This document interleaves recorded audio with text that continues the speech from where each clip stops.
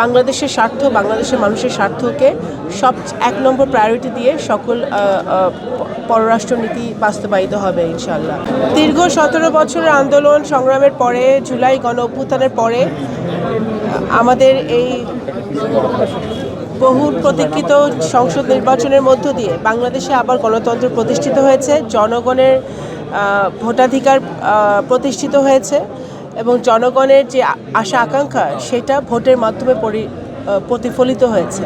বাংলাদেশ জাতীয়তাবাদী দল একটি বিশাল ম্যান্ডেট নিয়ে সরকারে গঠন করতে পেরেছে আলহামদুলিল্লাহ।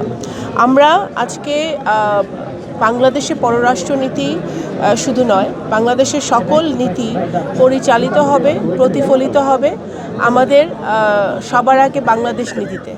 আমরা আমাদের পররাষ্ট্রনীতি সকল দেশের সাথে আমাদের সমমর্যাদা নিয়ে আমাদের সম্পর্ক থাকবে, সকল দেশের সাথে আমাদের কূটনৈতিক সম্পর্ক থাকবে, বন্ধুত্ব থাকবে, কিন্তু সেটা হবে সমতার ভিত্তিতে, পারস্পরিক মর্যাদার ভিত্তিতে এবং অবশ্যই বাংলাদেশের স্বার্থ, বাংলাদেশের মানুষের স্বার্থকে সব এক নম্বর প্রায়োরিটি দিয়ে সকল পররাষ্ট্রনীতি বাস্তবায়িত হবে ইনশাআল্লাহ। শুধু আপনার সালতা এবং নগরগঞ্জ জানায় পুরো ফরিদপুর জেলার মন্ত্রী, আপনি তো সেক্ষেত্রে ফরিদপুরের উন্নয়নে আপনি প্রাধান্যটা কোন কোন জিনিস? অবশ্যই আমি তো শুধু ফরিদপুর জেলা তো আমি মনে করি আমার বাবা এই অঞ্চলের বৃহত্তর ফরিদপুরের মুক্তিযুদ্ধের সংগঠক ছিলেন। ওনার সন্তান হিসেবে আমার দায়িত্ব অনেক, কর্তব্য অনেক। আমি শুধু ফরিদপুর জেলার অধীনে, আমার নগরকান্দা সালতা তো বটেই, ফরিদপুর জেলার অধীনে সকল উপজেলা পৌরসভার উন্নয়ন করতে হবে, অবকাঠামো উন্নয়ন করতে হবে, শিক্ষা স্বাস্থ্যের উন্নয়ন করতে হবে এবং শুধু ফরিদপুর জেলা না, বৃহত্তর ফরিদপুরে আমাদের উন্নয়নের একটি বিশাল স্কোপ রয়ে গেছে। আমাদের এখানে ফরিদপুরকে বিভাগ ঘোষণা করা এবং আমাদের পদ্মা সেতু ভিত্তিক আমাদের যে উন্নয়ন প্রকল্পগুলো প্রয়োজন পদ্মা সেতুকে কেন্দ্র করে, সেই উন্নয়নগুলো আমাদের বাকি আছে।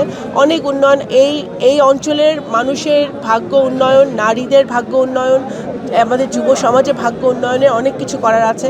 আমরা আইটি পার্ক করতে চাই, হসপিটাল করতে চাই, বিশ্ববিদ্যালয় করতে চাই, আমরা অবকাঠামো উন্নয়ন করতে চাই ইনশাআল্লাহ।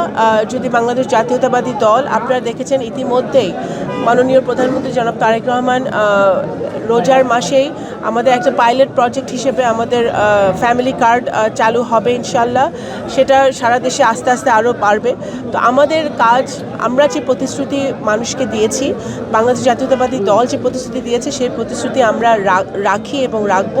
শহীদ জিয়ার সময় থেকে দেশনেত্রী বেগম খালেদা জিয়া এবং বর্তমানে মাননীয় প্রধানমন্ত্রী জনাব তারেক রহমানের নেতৃত্বে সকলকে সাথে নিয়ে, সকল আরও যারা দল আছে, মত আছে, সকলকে সাথে নিয়ে সকল ধর্ম, মত, দল নির্বিশেষে ঐক্যবদ্ধভাবে আমার দেশ পরিচালনা করতে চাই এবং সকলকে সাথে নিয়ে নতুন বাংলাদেশের দিকে এগোতে চাই।